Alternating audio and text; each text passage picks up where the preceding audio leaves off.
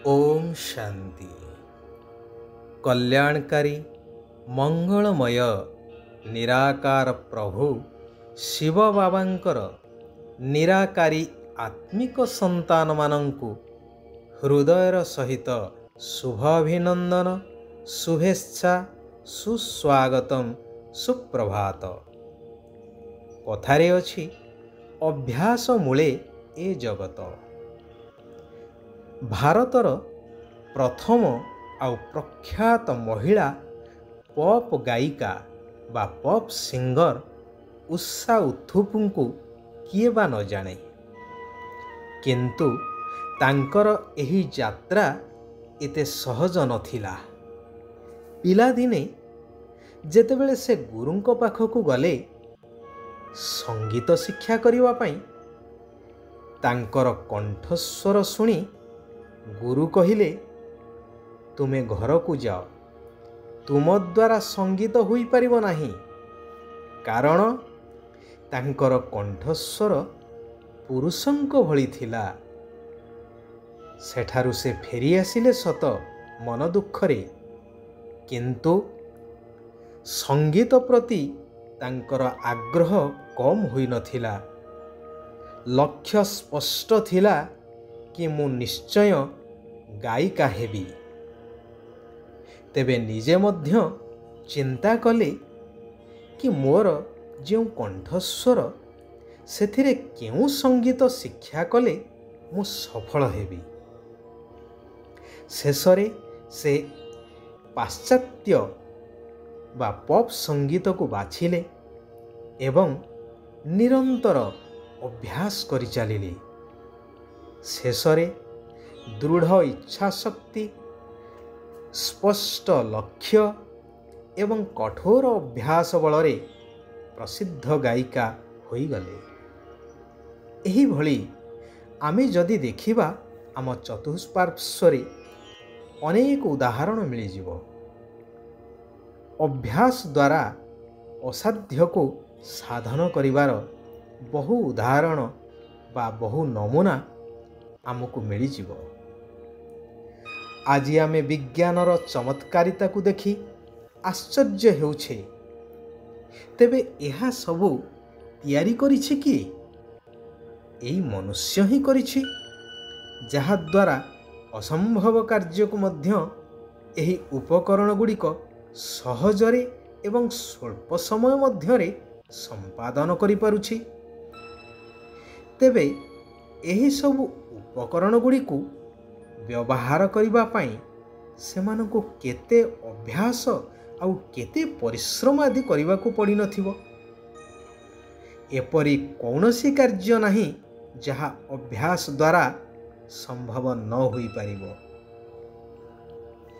तेबे मनुष्य आज निजर सुख सुविधा पई विज्ञान बल को व्यवहार करुछि सत, मात्र एहा द्वारा स्थायी सुख शांति प्राप्त हेबा असंभव।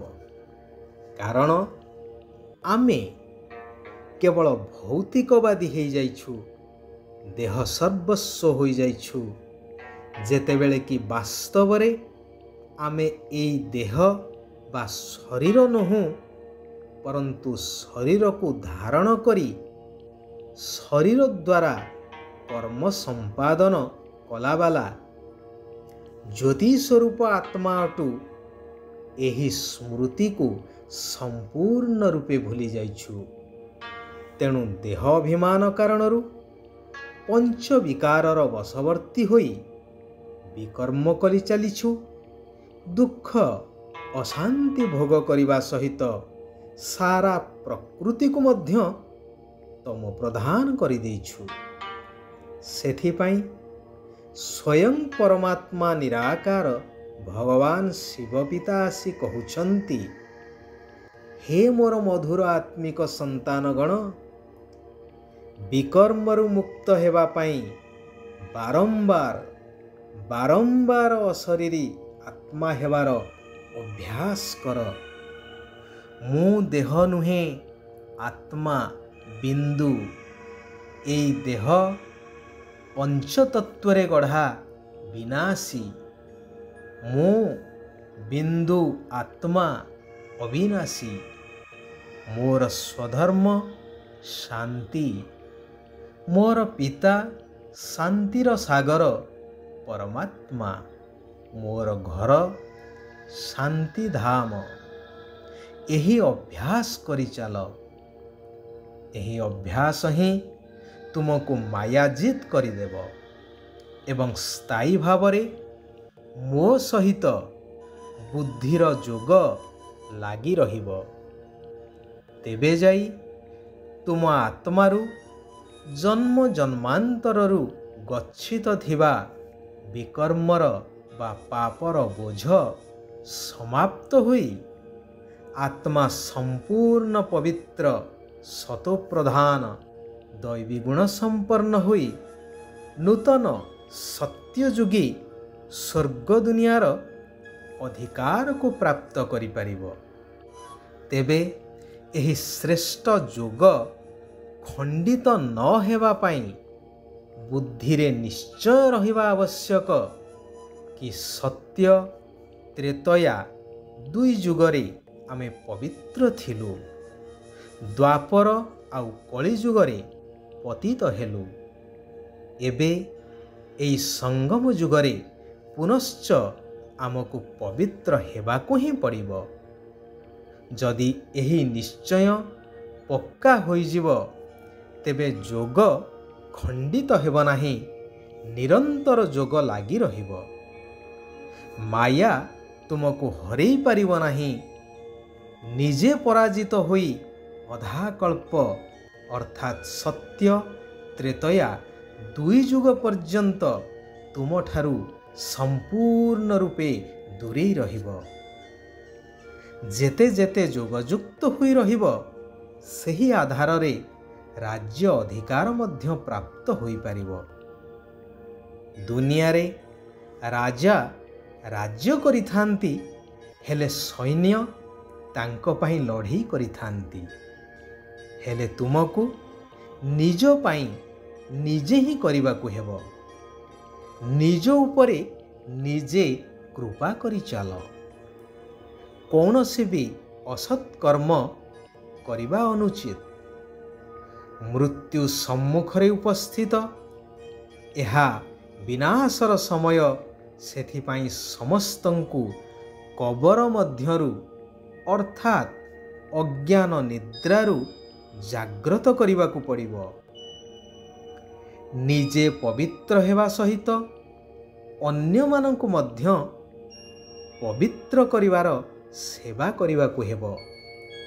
ଯେହେତୁ ଏହି ପୁରୁଣା ଦୁନିଆ ଏବଂ ପୁରୁଣା ଶରୀର ଏବେ ବିନାଶ ହେବାକୁ ଯାଉଛି, ତେଣୁ ଏହି ଦୁନିଆରେ କୌଣସି ପ୍ରକାରର କାମନା ବା ଇଚ୍ଛା ରଖିବା ଉଚିତ ନୁହେଁ, ନଚେତ୍ ଦୁଃଖ ହିଁ ଦୁଃଖ ପ୍ରାପ୍ତ ହେବ। ସମସ୍ତଙ୍କର ବୁଡ଼ି ଯାଇଥିବା ଡଙ୍ଗାକୁ ଉଦ୍ଧାର କରିବାକୁ ହେବ। ବାବାଙ୍କର ପୁରା ସହଯୋଗୀ ହେବାକୁ ପଡ଼ିବ। ଶିବ ବାବା କହୁଛନ୍ତି, ଯୋଗର ପ୍ରୟୋଗ ଦ୍ୱାରା ସର୍ବସମ୍ପତ୍ତିକୁ ବୃଦ୍ଧି କରୁଥିବା ସଫଳ ତପସ୍ୱୀ ହୁଅ। ଯୋଗର ପ୍ରୟୋଗ ଅର୍ଥାତ୍ ଖର୍ଚ୍ଚ କମ୍, ପ୍ରାପ୍ତି ଅଧିକ। ସମୟ ଏବଂ ସଂକଳ୍ପ ଏହି ଦୁଇଟି ହେଉଛି ସର୍ବଶ୍ରେଷ୍ଠ ସମ୍ପତ୍ତି। ଏହାକୁ ଯେତେ ସମ୍ଭବ କମ୍ ଖର୍ଚ୍ଚ କରିବା ଆବଶ୍ୟକ। ନିଜର ଅନାଦି ଅର୍ଥାତ୍ ଆତ୍ମିକ ସଂସ୍କାର ଏବଂ ଆଦି ଅର୍ଥାତ୍ ଦୈବୀ ସଂସ୍କାରକୁ ସ୍ମୃତିରେ ରଖି ସର୍ବଦା ଅଚଳ ଅଡୋଳ ରୁହ, ମହାବୀର ସଦୃଶ। ଆଚ୍ଛା, ଆଜି ପାଇଁ ଏତିକି। ପୁଣି ଆସନ୍ତାକାଲି ଆମେମାନେ ସେହି ପରମାତ୍ମା ପରମ କାରୁଣିକ ନିରାକାର ଶିବ ପିତାଙ୍କର ଆଉ କିଛି କଲ୍ୟାଣକାରୀ ମହାବାକ୍ୟକୁ ଆଲୋଚନା କରି ନିଜ ଜୀବନରେ ଧାରଣ କରିବା। ନିଜର କଲ୍ୟାଣ କରିବା ସହିତ ସାରା ବିଶ୍ୱର କଲ୍ୟାଣ କରିବା ହେତୁ କାର୍ଯ୍ୟ କରି ଚାଲିବା।